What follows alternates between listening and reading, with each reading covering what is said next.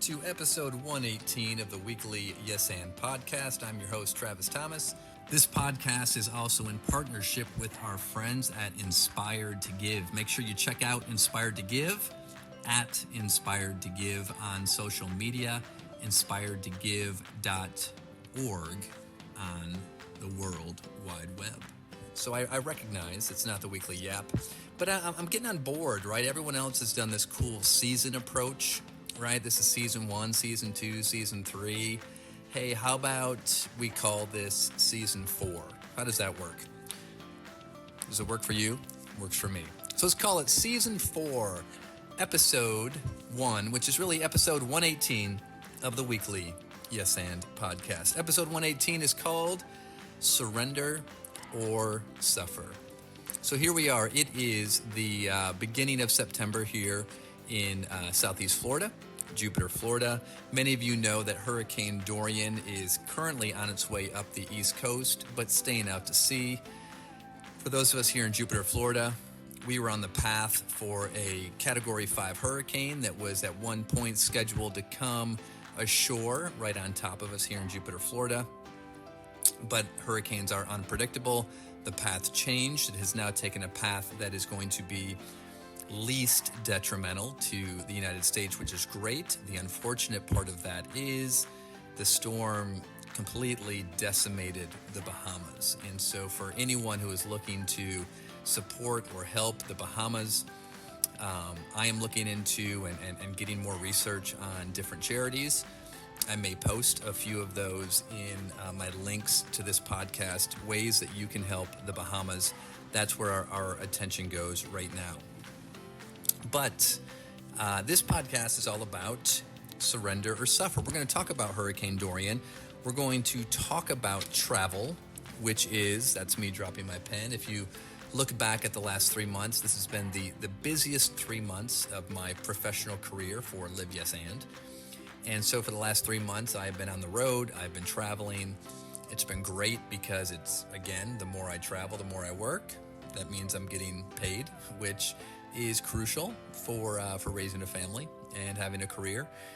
But in the scope of living my purpose, this has been the busiest 3 months for getting a chance to express my authentic passion for helping individuals, teams, and companies discover their inner brilliance. And that's really been what this last 3 months has been all about with Live Yes and growing, hopefully growing my business and growing my company through getting a chance to share the Live Yes and message. So that's where we are.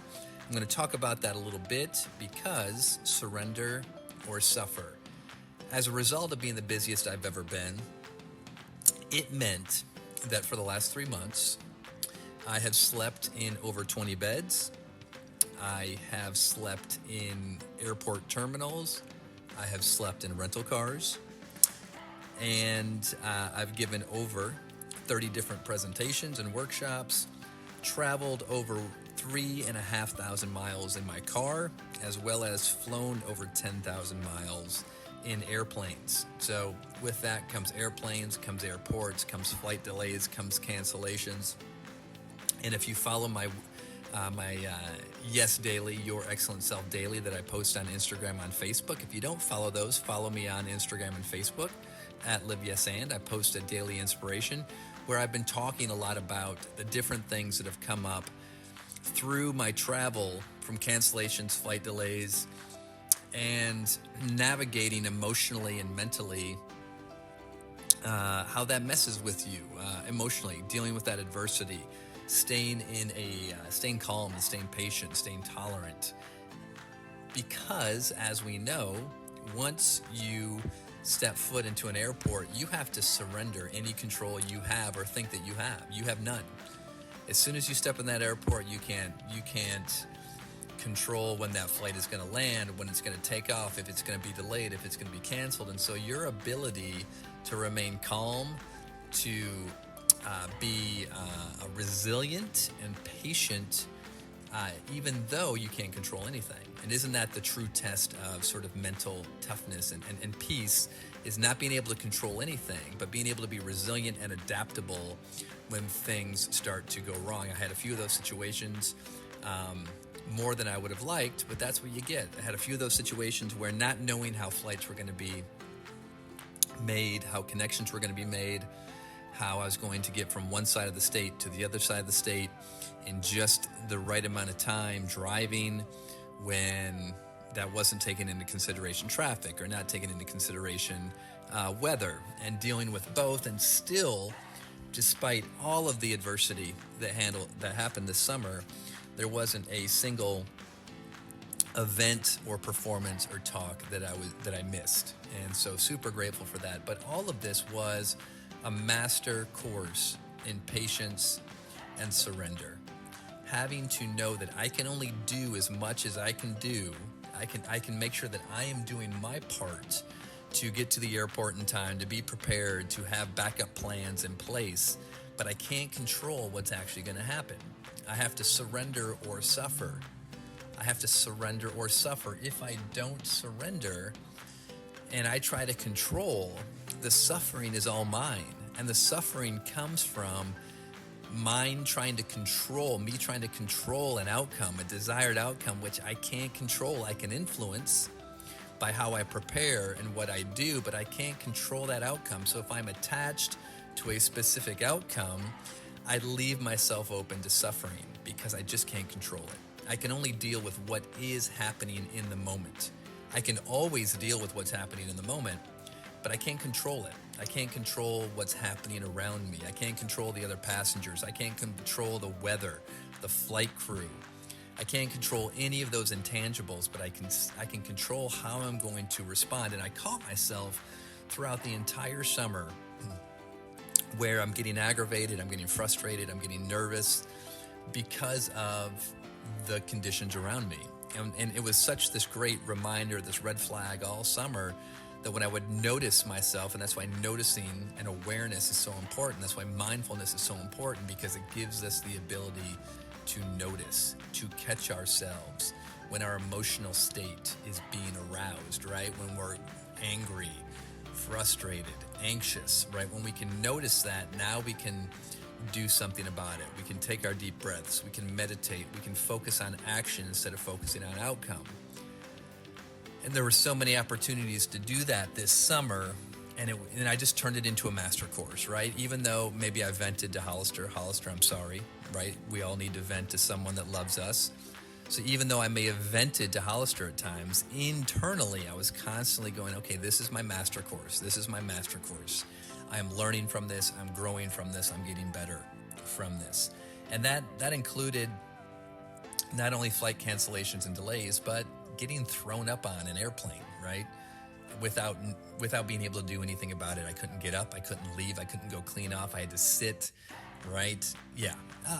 If you follow my Yes Daily, I got into that. But that's just to say there were so many situations that I couldn't control, but I had to deal with my emotional reaction. So if you want to take a master course in patience and surrendering and letting go, travel. Do a lot of air travel. Which then brings us to Hurricane Dorian. Now, about a week out, if you live in Florida, every time there's a hurricane that pops up, or a tropical depression or a storm, anything that leaves the continent of Africa, we start tracking it. We're like, okay, could this become a hurricane?